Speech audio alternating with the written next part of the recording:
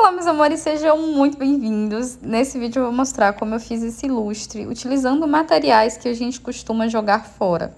Meus amores, os principais materiais recicláveis que eu utilizei foram essas garrafinhas de Yakult ou iogurte e tampas de manteiga. Mas eu também comprei alguns materiais para fazer o lustre, mas são materiais de baixíssimo custo, a gente não gasta quase nada para fazer esse lustre. E eu vou explicar nesse vídeo, passo a passo detalhado, todos os materiais que eu utilizei, quais os tamanhos que eu usei. Vou mencionar também o preço e o custo total desse lustre. Os primeiros itens, meus amores, que nós vamos utilizar são esses aros de MDF. Eu tô mostrando aqui desembalando para vocês entenderem como ele chega. O vendedor embala super bem, para que não corra o risco de quebrar. E são justamente esses aros que nós vamos utilizar para estruturar o nosso lustre, para montar a estrutura dele. O aro maior, com 50 centímetros de diâmetro, que é esse daqui que eu estou desembalando agora, custou R$30. Claro que vai haver alterações de preços, eu não sei quando você está assistindo esse vídeo, mas esse foi o preço que eu paguei. O aro menor eu comprei por R$9 do mesmo vendedor. E o mais legal é que eles têm a mesma impressão. Como o MDF é um material frágil, vocês vão precisar fazer as hastes com materiais leves. Por isso que eu estou utilizando os materiais recicláveis, que são super levinhos de plástico, tranquilos. Mas, se vocês quiserem utilizar hastes com materiais mais pesados, vocês pensarem em outras ideias, vocês podem utilizar um aro de madeira ou um aro de ferro mesmo, vocês podem encomendar com um serralheiro. E a primeira etapa de confecção do lustre é justamente recortar as garrafinhas, cortar elas aí e separar essa parte de baixo dessa parte curva de cima. Embaixo, meus amores, a gente só vai precisar de 2 dedos mesmo, não precisa cortar no meio não. E claro, depois que a gente cortar, nós vamos precisar acertar as bordas. Vocês podem fazer isso com a própria tesoura ou, se preferirem, pode lixar. Eu acho que recortar assim é mais prático. Outra informação super importante é que vocês vão precisar da mesma quantidade de garrafinhas e de tampas em função do número de hastes que você colocar. Não é bem haste a palavra, na verdade é um suporte para vela, como se fosse um castiçal, mas a gente pode usar a palavra haste, embora não seja uma haste, tá, meus amores? E a gente vai precisar dessa quantidade. Como eu quero 7 porta-velas, 7 hastes, eu vou precisar de 7 garrafinhas e de 7 tampas. Então, vai ser sempre o mesmo número de hastes. Ah, meus amores, e a marca da garrafinha é indiferente. Qualquer uma dessas pequenininhas serve, só que vocês vão precisar manter aí um padrão, por isso tem que ser a mesma marca, né? 7 da mesma marca e no caso das tampas também. Não há necessidade de ser tampa de manteiga, só que elas são mais levinhas, então eu achei que por conta do fato da estrutura ser de MDF seria melhor. Então, quanto mais leve a sua tampinha, melhor. Nós já cortamos aí as garrafinhas, né? A gente cortou ali, retirou a parte de baixo, separou da parte de cima, deixou a parte de baixo em cerca de 2 dedos. E agora nós vamos utilizar a cola instantânea para unir. Pode utilizar a cola quente? Pode. Vocês vão conseguir colar, mas a durabilidade da cola instantânea é maior, por isso eu recomendo que vocês utilizem a cola instantânea. A tampa voltada sempre para cima, então essa parte aí de baixo da garrafinha vai ser a base, a gente vai colar na parte de baixo da tampa, né, que seria a parte de cima. Aí a gente vai virar a tampa sempre voltada para cima e o copinho nós vamos colar aí em cima da tampa. Sempre centralizado, a gente tem que lembrar de deixar sempre no meio certinho, porque isso vai influenciar o acabamento depois. A cola instantânea, embora o nome seja esse, demora um pouquinho mais, alguns minutinhos para secar, acho que cerca de 2 minutinhos a mais do que a cola quente. Então, até secar, nós vamos precisar segurar um pouquinho. Ou vocês podem escolher também colocar um pezinho em cima para que cole. I gotta have it, I ain't even playing, got a really bad habit. If it moves, gotta grab it, fuse like a magnet. Lose, won't have it till I'm doomed in a casket. I ain't playing, got a weird mind. If you work 8 hours, I'ma work 9. If the shoot tastes sour, you should taste mine. I'ma stay in power for a long time. Get up, nah, I ain't a quitter. Toss me the ball, I'm a really big hitter. Big picture, I'm a straight killer. Rising the song to the highest bidder. Got juice, got gas, I'ma move fast. New shoes, new tracks, like who's that? I'm new, come back, better than last. Yeah, it's a new me, never gonna look back. Never gonna look back. Cause damn, I was built to last. You move slow and I move fast, and that's facts. Only I can make a change. Slowly take a step.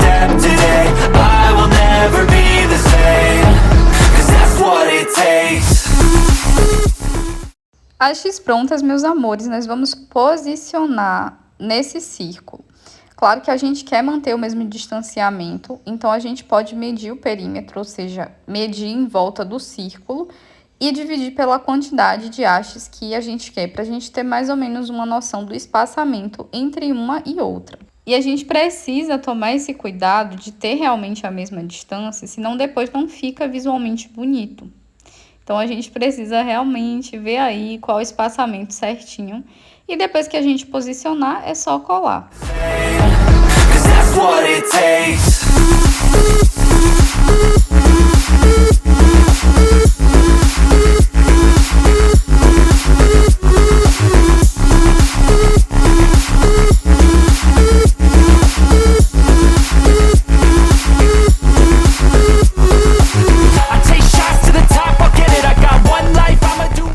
Depois de tudo colado, meus amores, nós vamos decorar. Essa parte, claro, é muito pessoal, mas para decorar eu decidi utilizar esses moldes de biscuit, que tem essas imagens provençais, cheias de detalhes, e a cola quente. Assim eu consegui fazer vários apliques.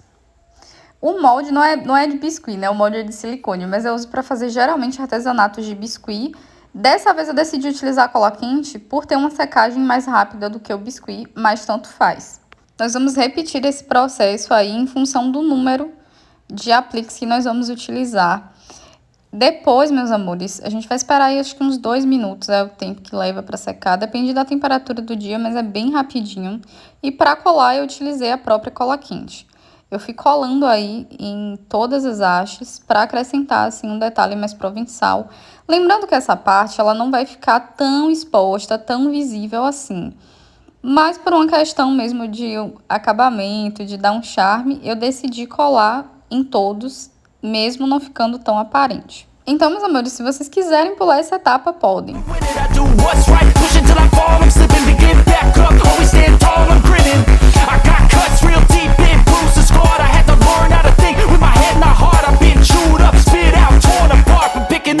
Pieces is a form of art. I'm never gonna look back, 'cause damn, I was built to last. You move slow and I move fast, and that's facts. Only I can make. Para pintar, meus amores, eu utilizei a tinta spray. Na verdade, eu vou explicar para vocês com calma qual foi a técnica que eu utilizei para chegar numa determinada cor de dourado, mas é completamente opcional. Vocês podem pintar da cor que vocês quiserem. E eu comecei pintando com esse dourado, que é um dourado bem vivo, lembra muito um amarelo ouro. Mas a gente sabe que o ouro real ele é meio furta-cor. Claro que, obviamente, a ideia não é que fique realmente idêntico ao ouro.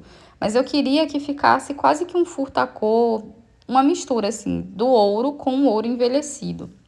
O efeito de envelhecer, para que o ouro pareça um ouro velho, a gente geralmente faz com um betume. Mas nesse caso aqui, eu queria que ficasse um pouco mais claro do que aquele efeito de velho, não queria o efeito velho. Então, eu utilizei essa tinta mais clara, essa tinta dourada com a cor mais clara e a tinta dourada mais escura. E aí, se vocês não tiverem a dourada mais escura, vocês podem substituir pelo cobre e misturar aí o dourado e o cobre. Dá um efeito bem legal também. Só que não é tão simples assim fazer o efeito, então a gente precisa ir intercalando, voltando, para que a cor fique bem uniforme. Então, depois de pintar aí de dourado nessa parte da frente, eu pintei a parte de trás. A gente vai pintar também essa haste menor. Daqui a pouco vocês vão entender para que ela vai servir. Slowly take a step today. I will never be the same, 'cause that's what it takes.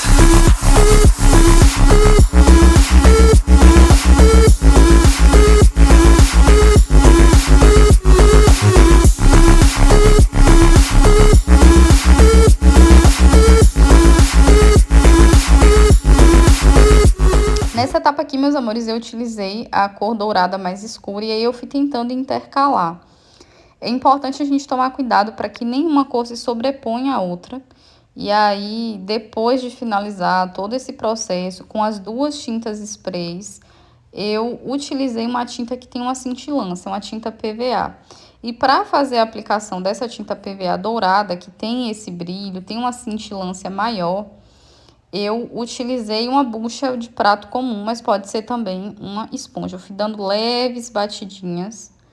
Eu sei que pode parecer algo bem sutil, bem discreto, mas a ideia é essa mesmo, assim, a gente não quer que as cores fiquem contrastando muito entre si, a gente quer que elas transitem, né, de forma fluida, assim, quando a gente olhe, a gente consiga de forma fluida ver que tem ali uma furta-cor, tem uma diferença, a depender do ângulo que a gente olhe. Meus amores, eu estou explicando para vocês todos esses detalhes porque eu realmente quero que vocês tenham acesso ao passo a passo completo para vocês decidirem quais das etapas vocês vão fazer ou não, para vocês se inspirarem. Não precisa ter todo esse cuidado com a cor. Nosso lustre ficou assim, meus amores. Então, nós vamos começar a colocar as pedrinhas. Já tá sequinho. Para secar, meus amores, acho que 2, 3 horas no máximo, se o tempo estiver úmido, porque realmente a tinta spray e a tinta PVA secam muito rapidamente. Mas aí é só vocês fazerem o toque da peça. As pedrinhas a gente pode fazer o encaixe, e eu vou deixar o link de tudo que eu comprei aqui na descrição. Eu já comprei as pedrinhas montadas, eu comprei 10 metros.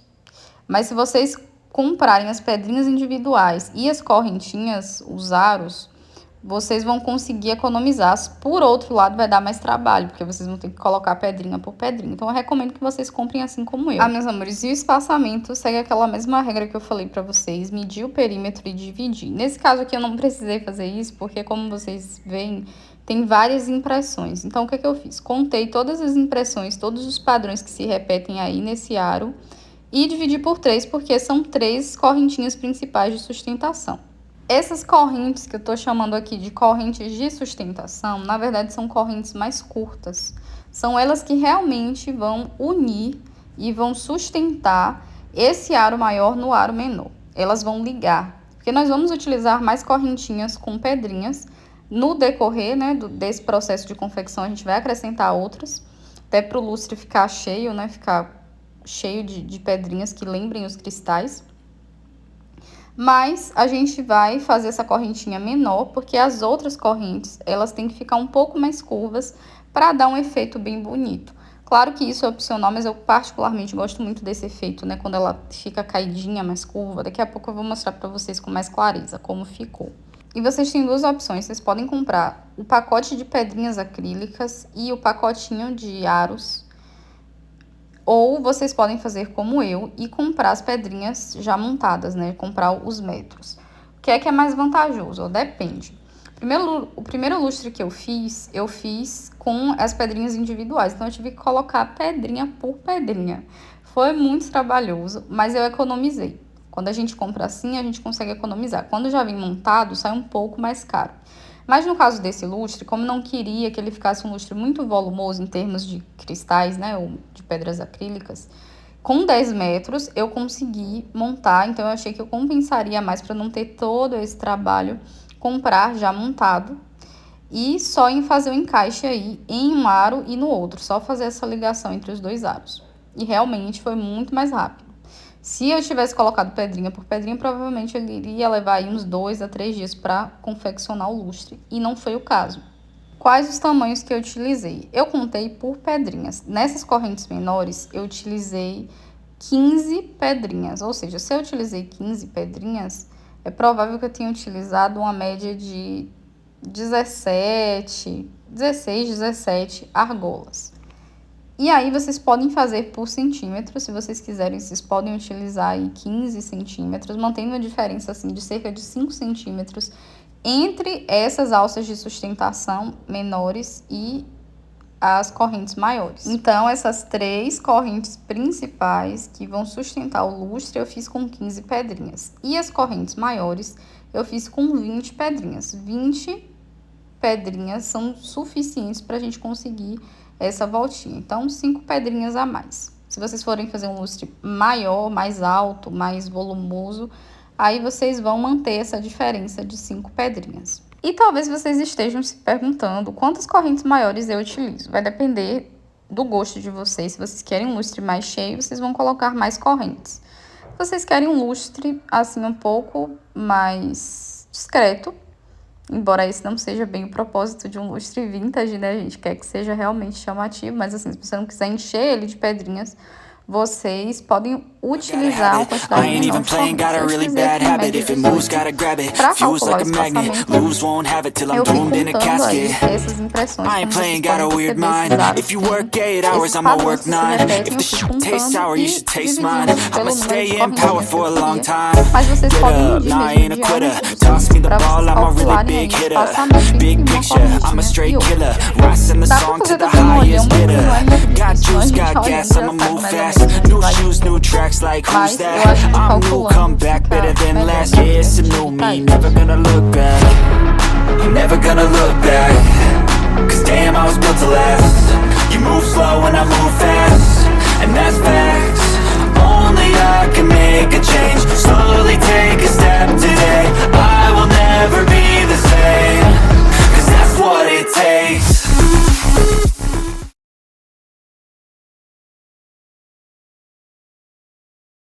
O toque final desse lustre, meus amores, eu dei pendurando 10 pedrinhas mais um pingente cristal, que é esse pingente mais pontudinho que vocês vão ver ali no lustre.